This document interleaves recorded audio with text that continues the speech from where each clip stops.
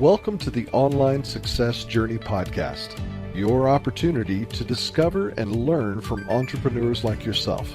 This is not your typical podcast, but a place where you can get the real story and find out how real people encounter speed bumps and detours, but journey through to find success. Now here's your host for the Online Success Journey podcast, Patience. Hello everyone and welcome to Online Success Journey. This is episode 16. Are you ready to join the clan? Today we have Jennifer Martin.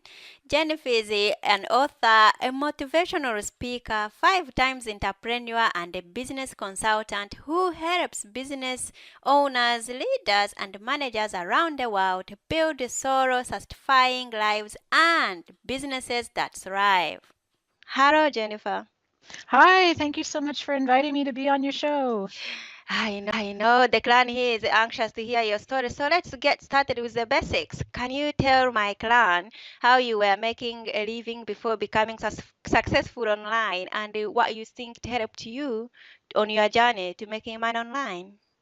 Sure, yeah, absolutely. My early background was in sales and marketing, and I spent a lot of years working for actually a billboard sign company.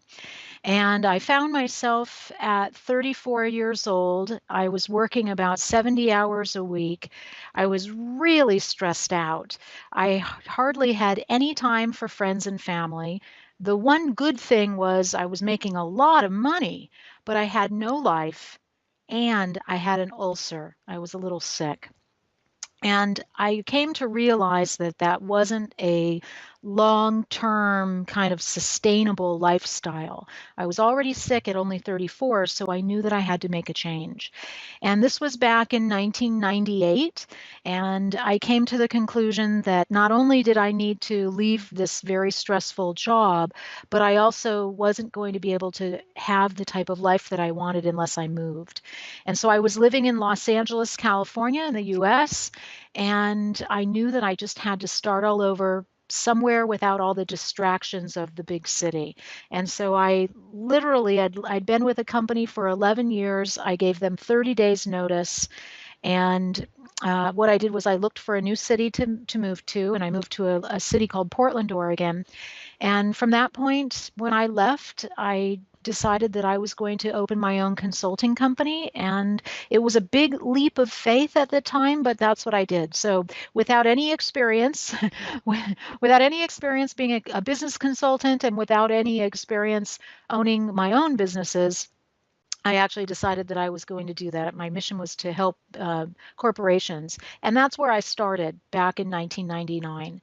And very fortunately, I was working with a lot of very large organizations like Union Pacific Railroad and CompUSA and 7-Eleven stores. And I had some good relationships, and I was able to contact those businesses to ask them if they were looking for someone to help them solve problems. And that's where I started my first business for my own, and how I wound up, to where I am 16 years later. So that was my start. Wow, that's a great background, Jennifer. So apart from your professional experience, what qualities or characteristics do you feel that you contributed to your online success? Well, I've gotten very good over the years at being self-motivated. And because I work out of a home office and I don't report to anyone else, I have had to learn how to, be very focused about waking up in the morning and just plugging in.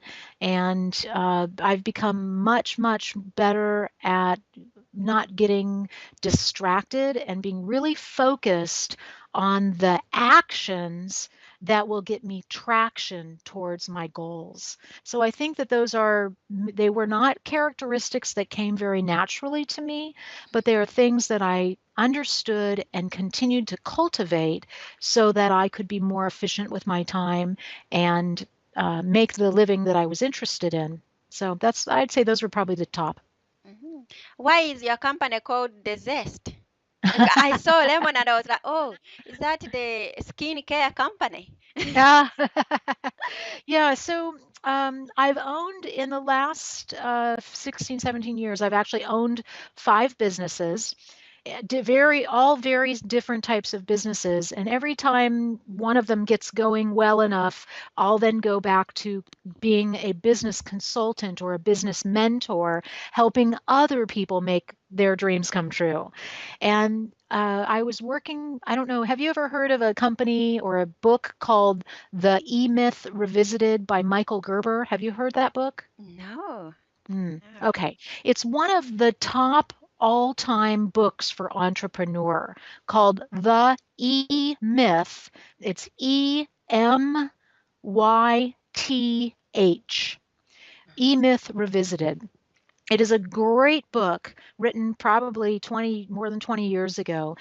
It tells a story of a woman in business and some of her struggles. And through the story, you learn she's made every mistake that's possible, and the storyteller helps her understand how to get out of trouble.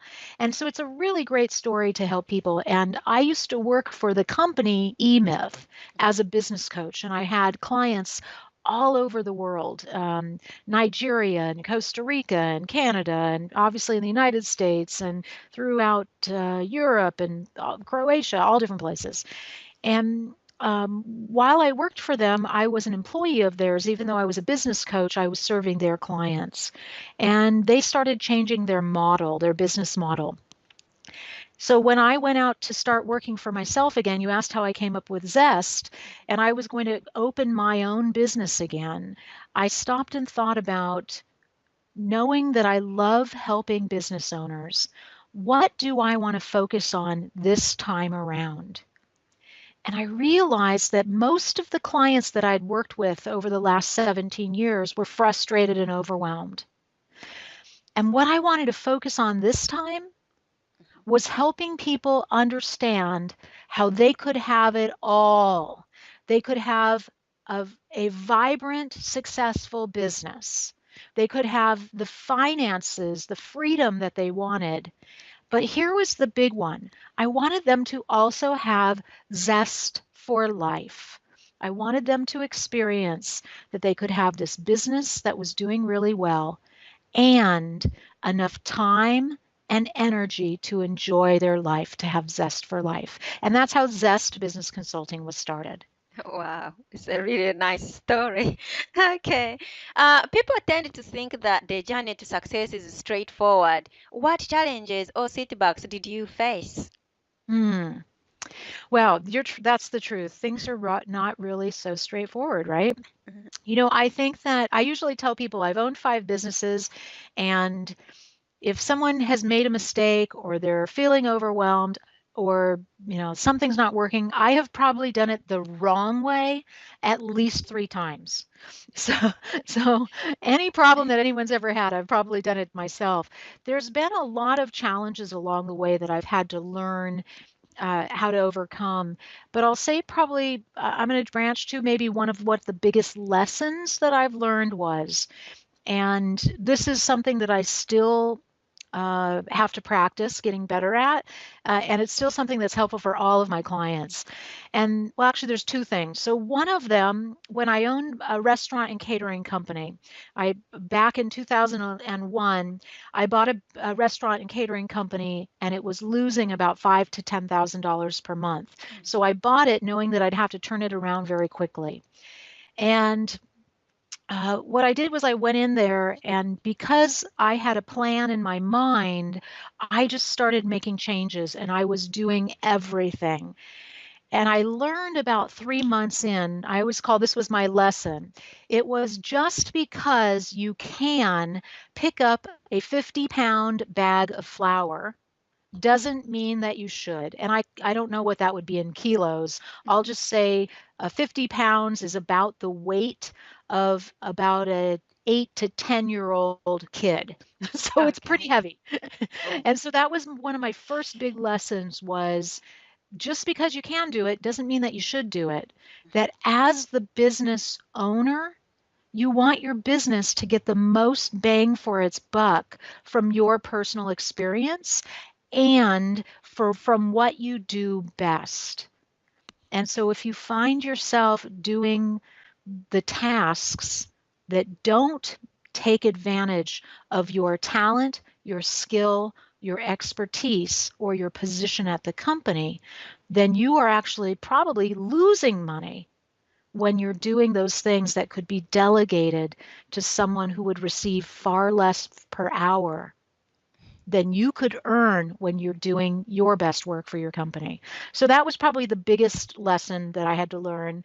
And even now, I still sometimes do work that I could send out to a virtual assistant. And so I'm still working on it. I haven't mastered it, but most of the time I focus on doing the work that makes my company the most money instead of just doing the work that has to be done.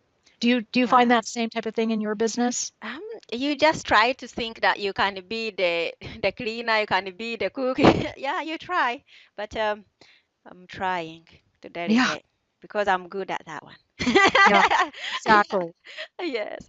Okay. Regarding that setback, what emotions did you feel and how did you manage to keep going so you could overcome it? So you don't do everything. Hmm. I usually tell people my emotions can be like a sometimes like a kaleidoscope. I have every emotions, that everyone normally has. The difference is that I have learned ways to quickly reboot, like just like a computer where you can hit the start over key, like reboot your system. I have learned over time methods that allow me to quickly reboot my emotional systems so that I can get back to being in a positive, productive state very quickly. And it's kind of sort of related to this, but on my website, I actually have a free ebook download that's called 10 Fast and Easy Ways to Get Out of Overwhelm so you can get back to work. And, so I have the same emotions that everybody does. Sometimes I'm afraid, and sometimes I'm anxious, and sometimes I procrastinate, and, sometimes I actually feel good. But what I find is that when I have that little I call it like an inner voice or inner critic that gets very judgmental. You know what I mean? Like sometimes your inner voice won't be really positive. Mhm. And when that comes up for me, I now use some of these tools that I know about so that I can acknowledge it and then quickly move into something else that's more productive. Okay. All right. I know my clan would love to know how you overcome this, and we are going to talk much more about this in our extended interview. But Jennifer, how does it feel that you have achieved your dreams now? Well, the quick answer to that is it feels great. Yes. But the longer answer is, Mm, I do something. I've been doing this for a long time. Like I say, I started my consulting company in 1999. Now I've owned a number of businesses between them and now, but I've been consulting on and off for a long time. And it wasn't that I just set out some goals and then accomplished them and now I feel like awesome and everything's great. mm, In my life, I have a practice that I do every 6 months, and I call it recommit or reinvent and then recommit. So every 6 months in my business, I take a little inventory and I stop and I think about every aspect of my business. How many hours am I working? Where do I work? How do I work with my clients? Do I enjoy the people that I'm working with? Is there something that I wish that I was doing that I'm not doing now? And is there something that I'm doing now that I really am not interested in anymore? And I stop and I take a look at my business as a whole and I do a little house cleaning. And then what I do is I say it's called recommit. Either say, "Yep, I'm going to do it just the way I'm doing it now for the next 6 months," or I do a little bit of reinvention and then commit to that for 6 months. So it's almost like I have an internal contract with my own business every 6 months. And that way, as I continue to evolve as a person, I can continue evolving my business. So as my goals change, I'm always tweaking things just a little bit so that I can, be in a place of joy and happiness and fun and zest. Okay. Have you ever worked with somebody or a company and then in the middle you're like, I am not enjoying your company. I'm just leaving. Have you ever come across to that? That's a great question. And I've gotten really good with this business. In coaching and consulting, I've gotten very clear about who an ideal client is. And I've created a process so that in my initial conversation with someone, I can ask them enough questions so that I know that they're a good fit. But every once in a while, every long once in a while, I don't think it's happened to me in about 4 years. Every once in a while, my first impression will not be correct. And it doesn't happen to me very often, but when it does, I'll give you an example. So, I started working with someone and it seemed like it was a good fit and it seemed like we were on the same page. And this person came back, and I'll just say it was a woman. And about our second meeting, I explained to her about how to communicate with me in between our sessions. And I shared with her what I'm open to doing in between sessions. We have sessions, you're going to pay me for it. In between, you can email me, and this is what it's going to look like. And about our second or third session together, she said to me, I'm emailing you and you're answering my questions all wrong. And I said, well, what do you mean exactly? She said, well, I sent you out, an update on where I was. And you just said, oh, okay, it sounds like you're right on target. And she said, that's not what I'm looking for at all. I want you to dissect what I wrote you. And I want you to actually write like a paragraph about each of the challenges that I have. And then I want you to celebrate with me and be my cheerleader and tell me why I'm doing good and how I can do better. And I realized, oh no, this person's looking for something that I'm not available for. Ooh. And she wants something from me that I'm not going to give to her.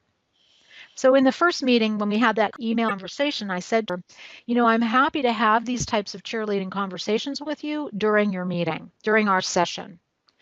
But in between calls, I basically said to her, if you don't think I can answer your email question in 3 minutes or less, then that's something that we can talk about during a session. And she basically realized, she said to me, well, what I need is more. And I said, well, what I can offer you is not what you're looking for. And I said to her, if you're interested in getting something else, I'm happy to make a recommendation to some other people. And she decided, no, it would be okay. And she stayed one more session. And I was very clear on that next session. It wasn't a good fit. So I actually said to her, I basically made an agreement with her. I let her out of her contract and made a little adjustment because it wasn't a perfect fit. She didn't understand that I was going to provide something, but I knew it was more important for me not to work with her than to her to work with me and have her feel frustrated that it wasn't successful. And I wanted to be a part of success. So I let her go and wished her best because I wanted to control the environment and have it be a success for me. Wow.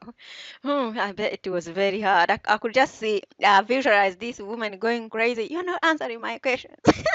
Yeah.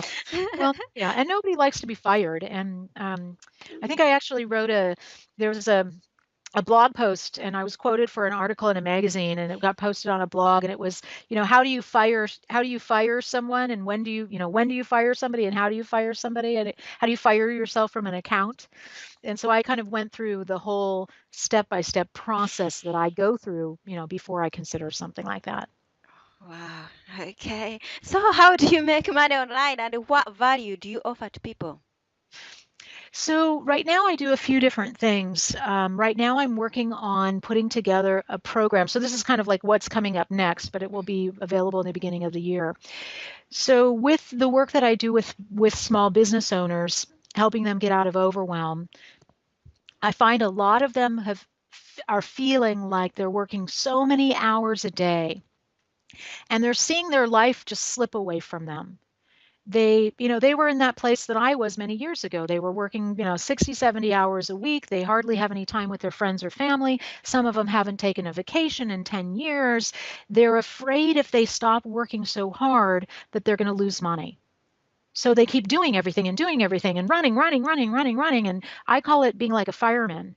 It's like there's a problem over here and it's a fire and I have to grab the hose and put it out. And so this program that I'm creating is created so that they can understand the recipe for how to take back their life without dramatically impacting their business. So that's what I'm working on now, and that'll be launched next year. Right now, what I do online, in addition to offering one-on-one or small group business coaching and consulting, I also teach a number of group classes throughout the year.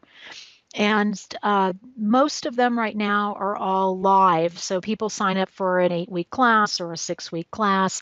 And I have one called More Money, More Clients, More Life. Who doesn't want more of that?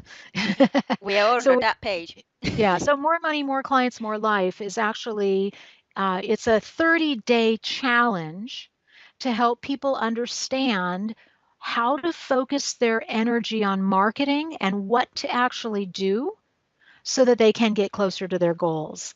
And usually I do that in smaller groups. So there's usually less than 10 people on the call so that everybody can get to know each other and support one another. And the program, like I say, it's a 30-day challenge sandwiched in between a first meeting of getting to know you, everybody, and a last meeting of celebrating success and talking about next steps. And I run that probably about 3 times, 4 times a year. And then I have another group class called Tapping Your Way to Wealth. And it's an introduction to EFT, emotional freedom technique. And I won't get into that extensively, but I've found over time that sometimes people have knowingly or unknowingly what's called a wealth set point. There's an amount of money, and it could show up in their savings or their income or their debt, but there are these money thresholds that sometimes we can't move beyond. Like someone might say to me, my business is doing great, but I can't seem to earn more than $100,000 a year. And maybe nowhere in their life, or maybe only once in their life, they've earned more. And so sometimes we have these internal blocks that we don't even know about that are preventing us from having success around money. Or maybe it might show up as we're uncomfortable asking people to pay our rates. And so what this class does is it introduces people to a process that will help them unlock that money code. And so without getting into all the different things I'm doing, primarily those are the 2 main groups that I do. One about what marketing to use in your business so that you can have success, and the other about unlocking your financial money set point. And then, like I say, right now I'm working on a longer program that will help people who are, busy workaholics stop it and and start taking back their lives. Wow. Okay, can you give us some advice today that can help with my client's journey to online success? Something to make the road a bit smoother for us. We don't want to work 70 hours, Jennifer. Yeah, so let's see a success idea. Yeah, I'll give one great idea, and this is with relationship to marketing. And if you're in a business, it's a little different from business to business. Some people have product-based businesses where they're selling products. Other people have service-based businesses where they're selling, service or wisdom, I'll say. And when people are thinking about growing their business, making more money, finding more clients, what I will usually do is I will say to them, I want you to start by making a list of your top 10 clients. Or this might be this might be if you're it might be if you have a business that sells a product, it might be the clients that buy the most consistently that you enjoy working with. So I really like people to think about their top 10 ideal clients. The ones who like you, the ones you like them, they're happy to pay you for your product or service, they pay on time, they're easy to work with. It's just a win-win all the way around. Okay. Jennifer, you have a free ebook, 10 fast and easy ways to get out of overwhelmed and the chance to win a free 2-hour strategy session. Where do we find this ebook? Okay. Well, you can find that on my website, which is www.zest, Z-E-S-T, business, B-U-S-I-N-E-S-S, Consulting, consulting.com. So if you go to zestbusinessconsulting.com, you can look in our freebies page and go ahead and sign up for that, and I'll be happy to make sure that you get your free ebook. Okay. Jennifer is going to hang around and share more valuable advice about her journey with us so we can learn how to be successful online too. If you can relate to where Jennifer started her travels so far, or if you just want to learn more about Jennifer, you can listen to the next extended version of her journey to onlinesuccessjourney.com. Or if you just want to listen for Jennifer, you can click on part 2 of Jennifer's journey, and you'll even get more tips to help you with your own online journey and all our future podcasts. So check out Jennifer's website for that free ebook and 2-hour strategy session at www.zestbusinessconsulting.com. And we have even more information for you if you are a client. Jennifer is offering 40% on a weekly account of groups strategy. Is that right, Jennifer? Yes, I have virtual accountability groups, and it's normally $99 a month. The groups are small groups. They're live groups where we come together on a weekly basis, and we, as a group, help hold one another accountable for achieving our goals. So we do a quick check-in every week. We talk about what we're going to accomplish in the week, and then we come back and check back in. And then we have once a month a kind of power day where collectively whoever wants to come on the call will come on, and we'll work on some big projects simultaneously. And normally the rate for that is $99 per month, and I'll have a special for your audience. If anyone's interested in that, their first month will be at $59. Okay, right. So don't miss out on Jennifer's offer. That's a wrap. Clan, remember, success is a journey. See you in part 2. Patience and Jennifer. This is not the end of the journey. We hope you've enjoyed listening to part 1 and want to be sure you know there is a second part to this and every journey podcast at onlinesuccessjourney.com, filled with even more success tips, uplifting stories, and even a bit of fun. There are dozens of episodes only available to the members of the Online Success Journey clan. Check out the website and click on Join the Clan for more information. Patience would like to thank you for listening to this podcast, and she has a free audio gift for you at her website. Go to onlinesuccessjourney.com for instant access to this gift. Of course, you know that listening to the journeys of others helps each of us chart our own path. So make sure you're subscribed to be notified as each new interview is posted. There are so many ways to stay connected to the Online Success Journey and to listen in. And if you're enjoying the podcast, we appreciate your help in telling others.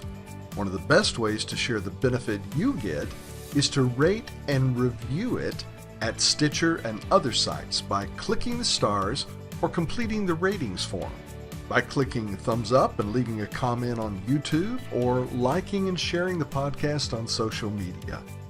To review the podcast within iTunes, simply open iTunes to the podcast, click on Ratings and Reviews, then write a review. On behalf of Patience, and until next time, thanks once more for listening. It is our hope that this podcast will guide you on your own online success journey.